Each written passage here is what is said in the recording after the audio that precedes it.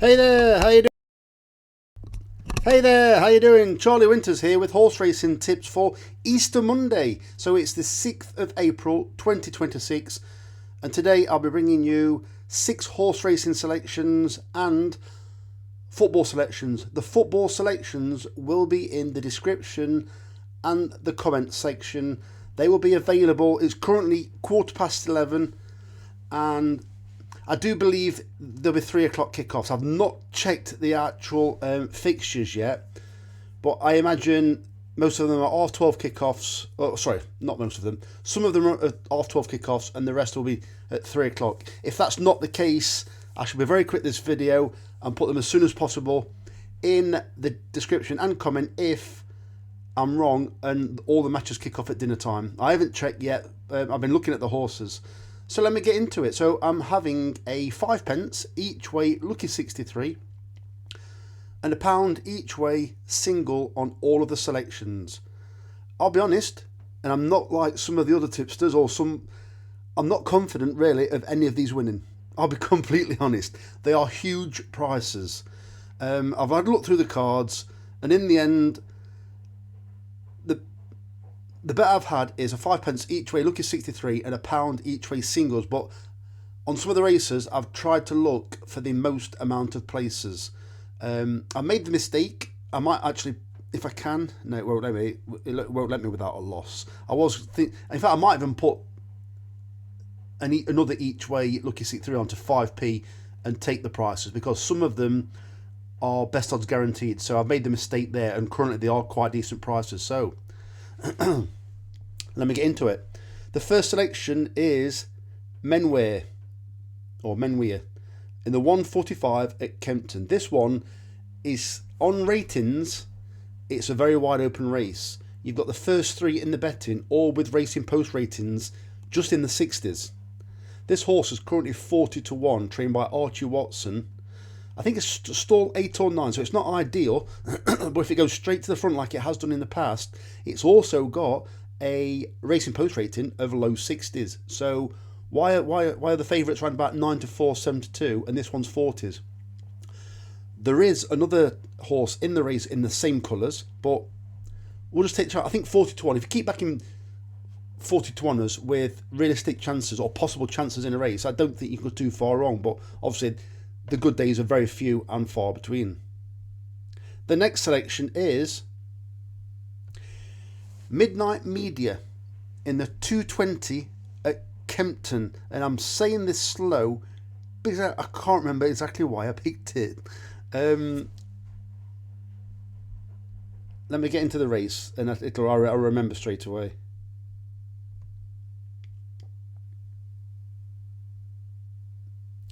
Yeah. So Midnight Media is currently 33-1. It's actually ran twice already, and it's actually ran okay. On its last run, it was actually, I keep using the word actually, and it actually ran a decent race. It was described as being an eye catcher. Well, that's interesting, because I think once you've got the comment eye catcher in your run race commentary, I think possible handicaps, your handicap mark may not be as lenient as you might have wanted. Well, it's only ran twice, so hopefully this horse is hopefully this horse is going to run a much better race, because in my opinion, by being an eye catcher on its second run, it's already showed its hand. So are they going for another strong run, or for a handicap mark, do they need it to do absolutely nothing? So I've taken the chance where actually it did nothing on its debut. It ran much better second time round, being held up, and this time I expect it to be held up again, and it could well be passing horses late on, just when a few of the newcomers, inexperienced horses, or horses making the seasonal reappearance, are maybe floundering slightly. So interesting. Also, it's one of the very few horses that have ran at Kempton, and both of its runs have come at Kempton as well. The next selection is an interesting one, because on Sky Bet it's just been back from 18s to 11s. Well, I say the price has changed. We don't really know whether it's been backed or not. So I looked at Ladbrokes, and it's still 14-1. So Margarets Pearl in the 2:30 at Wolverhampton. It's drawn 2, and it's trained by Lemos de Souza. I think it's a decent trainer. This horse was described in the Racing Post as maybe needing time and anywhere from 1 mile to 2 mile. I don't agree with that. I do believe there is stamina in the pedigree, but I believe it's gradually being whittled down. It's gradually being erased. This horse has got loads of speed from its sire and its dam sire. The dam has never ran before, but the dam's, I believe it's sister or dam's, the dam. Right, let's make this complicated. There's a lot of stamina that comes from this horse's grandma, but then the grandma's daughter, which is this horse's mum, and never ran. So basically, I think there's a lot of speed in the pedigree, and also some of the family have also ran well as 2-year-old. I think there were 3 offspring, and I believe one of them ran very well as a 2-year-old without pulling up too many trees, and I think the other 2 was generally over about 1 mile or a little bit further. So I honestly think it's got a chance. Lemos de Souza did okay with a few 2-year-olds that he had last season, as I'm aware of, so he can train a horse in my opinion. And I think it's worth being given a chance. I think there's too many. Well, there's a few trainers in there with a few of the bigger name trainers still with horses in there, but I just think there are trainers that seem to give the horses quite a lot of time, like Eve Johnson Horton. I'm not expecting, she used to be very good at having these regular 2-year-old winners, but they seem more like horses for the future now. So we'll see what happens, but I just think Margaret's Pearl could be the horse that is most suited to today, as in it's a sprinting, it's going to be quick, and I honestly believe it's bred to be quick.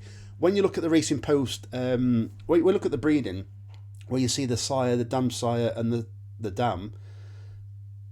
The sire was in brackets 6.9 furlong, and the dam sire was, I think, something like 6.4 in brackets furlongs. So in my opinion, there's a lot of speed possibly available there. Let's see what happens. Obviously, nobody quite knows what's going to happen because none of the horses actually ran before. But originally, last night, the Ammo Racing horse was slight favourite.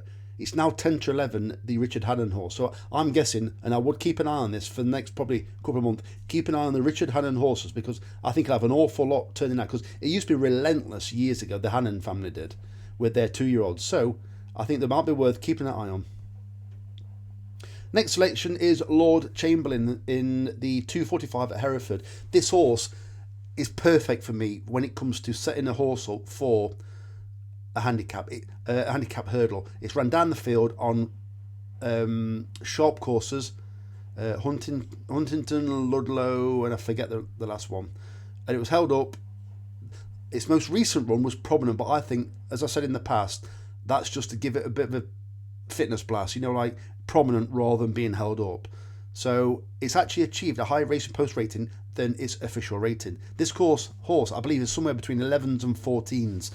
I've left it to SP because it's an extra place race, trained by Dominic Ellsworth, and on the flat, I'm thinking that it ran on soft once and it didn't run great. I'm just thinking that maybe this horse likes a sounder surface. So let's see what happens, but I think Lord Chamberlain could run a good race.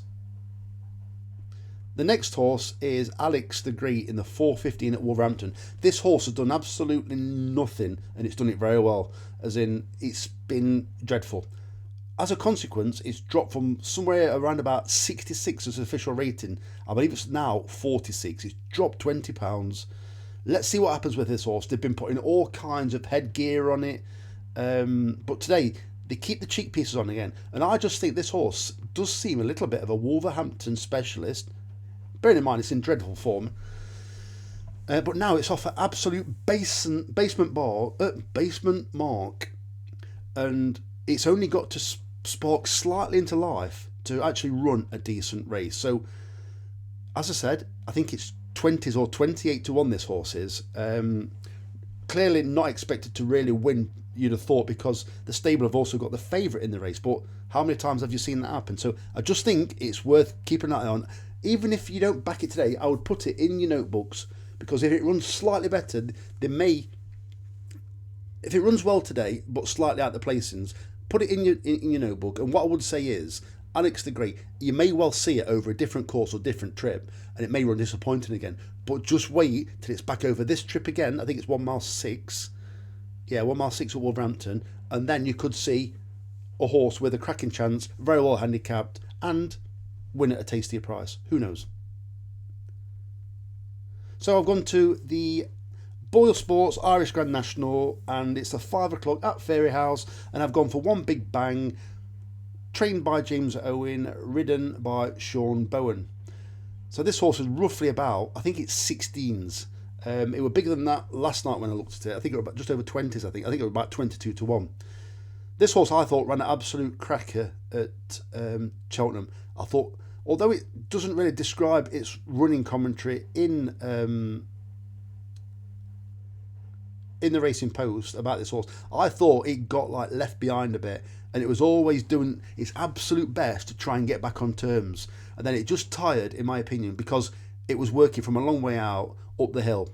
Well, there isn't that uphill finish at Fairyhouse like there is at Cheltenham. There is a slight uphill finish, but nothing like Cheltenham. And I just think the undulations, it was given a real good workout there at Cheltenham. I just think it's got a great chance, and it's over a very similar distance, but just not as undulated. So I don't think stamina is a problem. And if it needs switching off, I think Sean Bowen is very good at switching them off, but I don't think it'll be switched off that far behind. I think it'll be worst case, slightly worse case than In Touch, like between In Touch and mid-division. So how many runners is it? There's 30 runners. I don't want to see it any worse than 8th, really. So those are the selections. I wish you the very best of luck. Keep stakes small. As I said, I will be putting another 5 pence each way, lucky 63 on, and I will be taking the prices now. Some of them are best odds guaranteed prices. So I wish the very best of luck. Don't forget, the football is in the comments and the description. So I wish you the very best of luck. Charlie Winters, over and out. Cheers, mate.